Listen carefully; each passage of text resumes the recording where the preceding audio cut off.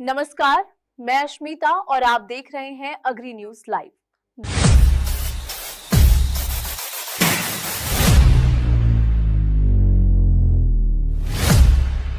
सरसों की साप्ताहिक हलचल में क्या कहते हैं आंकड़े, आइए जानते हैं पूरी रिपोर्ट। दोस्तों, सरसों की स्टॉक रिपोर्ट पर नजर डालें। सितंबर में 7 लाख टन आवक के चलते अब तक कुल आवक 82.5 लाख टन पहुंच गई है। क्रशिंग 9.5 लाख टन रही। कुल क्रशिंग अब तक 77.25 लाख टन है। अब स्टॉक का हाल देखिए। किसानों के पास स्टॉक 27.5 लाख टन है, जो पिछले साल से 20% ज्यादा है। लेकिन प्रोसेसर्स और स्टॉकिस्ट के पास स्टॉक 28.57% घटकर सिर्फ 5 लाख टन बचा है।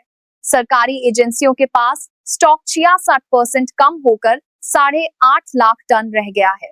कुल मिलाकर स्टॉक पिछले साल से 26% घटकर 41 लाख टन रह गया है। सरसों तेल की बात करें तो इस सप्ताह 3 से 4 रुपए प्रति कास पे चार्जिंग है। किलो की गिरावट आई है। सोया और सरसों तेल का अंतर 22 रुपए प्रति किलो चल रहा है। 18 से 20 रुपए का अंतर आरामदायक है, जिसमें डिमांड निकलनी चाहिए।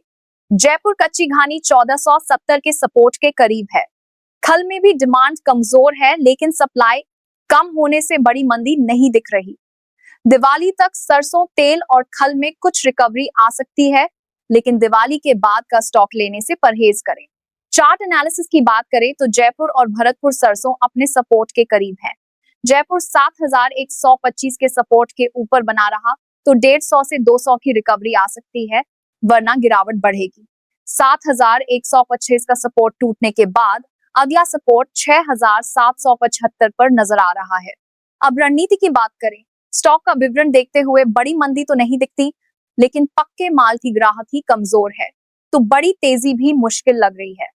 बारिश के चलते खेतों में पानी भरा है और सरसों की बुआई में देरी होगी। आयातित तेलों की सप्लाई बढ़ने और कैनोला तेल की मिक्सिंग से मांग कमजोर चल रही है।